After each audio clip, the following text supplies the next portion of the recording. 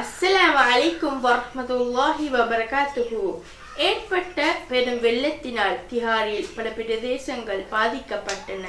திஹாரியில் மிகப்பெரிய பாதிப்பிற்குள்ளான தூல்மலையிலுள்ள அக்பர் லேன் பால் தோட்டத்தை சேர்ந்த சுமார் 104 குடும்பத்தை சேர்ந்த 453 பேர் இவ்வெள்ளத்தினால் பாதிக்கப்பட்டனர்.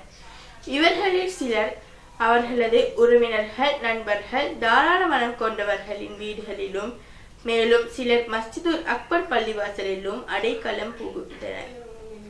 இவர்களுக்கான உணவு, உடை, குடிநீர் போன்ற தேவைகளை ஊர் தனவந்தவர்களும், பள்ளி நிர்வாகங்களும், சமூக சேவை அமைப்புகள், பிரதேச சபை செயலகமும் சேர்ந்து சமைத்த உணவுகளும் உலர் உணவு பொதிகளையும் பெற்றுக் கொடுத்து அவர்களின் கதியான நிலைமையிலிருந்து ஓர் அளவிற்கு உதவி ஒத்தாசைகள் செய்தனர்.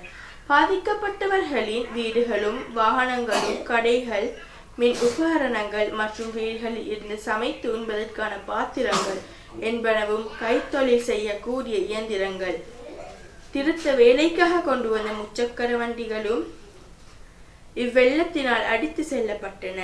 அவர்களது வீட்டுக்கு செல்லும் பாதைகளும் இவ்வெள்ளத்தினால் கரைந்து செல்லப்பட்டு பெரிய குழிகளாக காணப்படுகின்றன.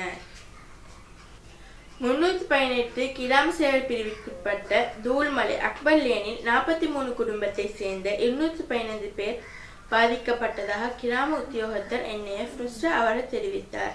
அதே போன்று 319 கிராம சேவை பிரிவுக்குட்பட்ட மஸ்ஜிதுல் அக்பர் லேனை சேர்ந்த 60 குடும்பம், அதில் 233 பேரும் பாதிக்கப்பட்டனர் என கிராம உத்தியோகத்தர் நிசன்சலா அவர்கள் குறிப்பிட்டார்.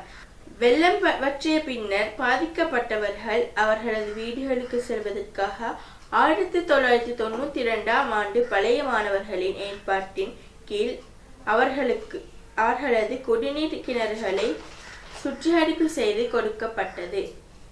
மேலும் திஹாரி அல்லது பழைய மாணவிகளாகிய பேக் டு ஸ்கூல் குழுவினரால் வீடுகளை சுத்தம் செய்யும் பொருட்கள், தும்புத்தடி, ரின்சோதூர், லைசால், டெட்டால் போன்றவை கொடுத்தனர்.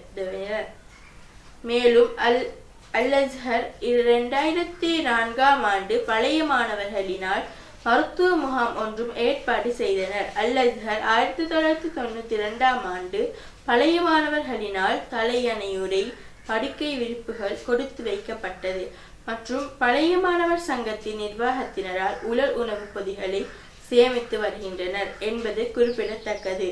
பாதிக்கப்பட்டவர்களின் சிலர் வீடு திரும்பிய போதிலும் இன்னும் சிலர் தமது வீடுகளுக்கு செல்ல முடியாத நிலையில் இருக்கின்றனர். அவர்களது வீடு மலசல கூடங்களில் திருத்த வேலைகள் இருப்பதாலும் சமைத்து உண்பதற்கான பாத்திரங்கள் கூறி இல்லாத நிலையில் அங்கலாய்க்கின்றனர் என்பது மிகவும் கவலைக்குரிய விடயமே. எங்களுக்கு அறிய கிடைக்காத தனிநபர் சங்கங்கள், சமூக சேவை அமைப்புகள் மற்றும் பாடசாலை சமூக மாணவர் குழுக்கள் ரீதியாக உதவி ஒத்தாசைகள் செய்த அனைவருக்கும் ஜஸாக்கல்லாஹ் ஹைர். அல்லாஹ் என்னையும் உங்களையும் பொருந்திக் கொள்வாயாக. தர்மம் செய்யும் சந்தர்ப்பங்களை பெற்றிருக்கின்றோம். அச்சந்தர்ப்பத்தை பயன்படுத்தி வானவர்கள் பிரார்த்தனைகளை பெற்றிருக்கின்றோம். அல்லாஹ் போதுமானவன்.